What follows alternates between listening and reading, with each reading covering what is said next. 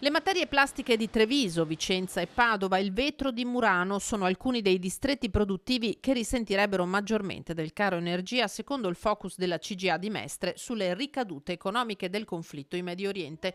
L'attacco di Stati Uniti e Israele rischia di costare alle imprese venete un aumento dei costi per il 2026 di 1 miliardo e 100 milioni di euro. Se il conflitto dovesse protrarsi per mesi, il blocco dello stretto di Hormuz comporterebbe conseguenze devastanti, anche se proprio in queste ore dall'Iran arriva la notizia della riapertura del transito navale, fatti salvi i bastimenti statunitensi e israeliani. Ma quanto gli armatori si fideranno di questa disponibilità è difficile a dirsi. Il rischio è quello di ritrovarci con una nuova fiammata inflazionistica, capace di indebolire cittadini e imprese e rallentare la crescita del Veneto.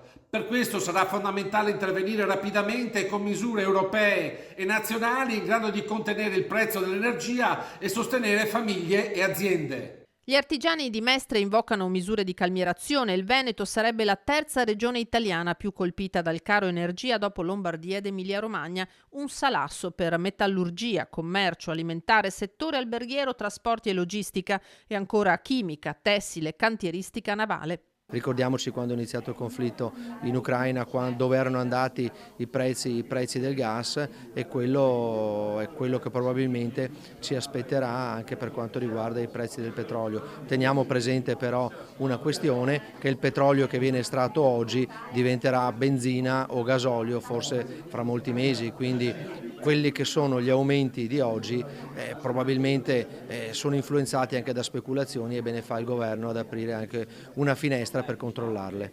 Coin cita l'azione di controllo intrapresa dalla Guardia di Finanza su input del governo, anche se per la CGA lo scenario attuale resta distante dai picchi seguiti all'invasione russa dell'Ucraina.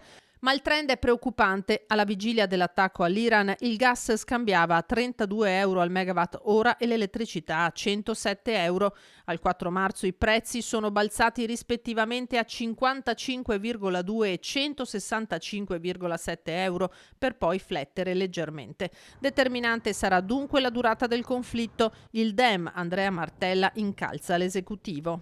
Direi innanzitutto che il governo italiano deve decidere da che parte stare. Non dovrebbero esserci dubbi che debba stare dalla parte dell'Europa e dalla parte della pace.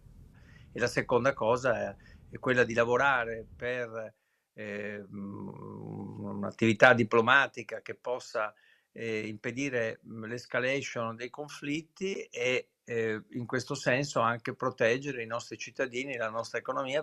La CGA propone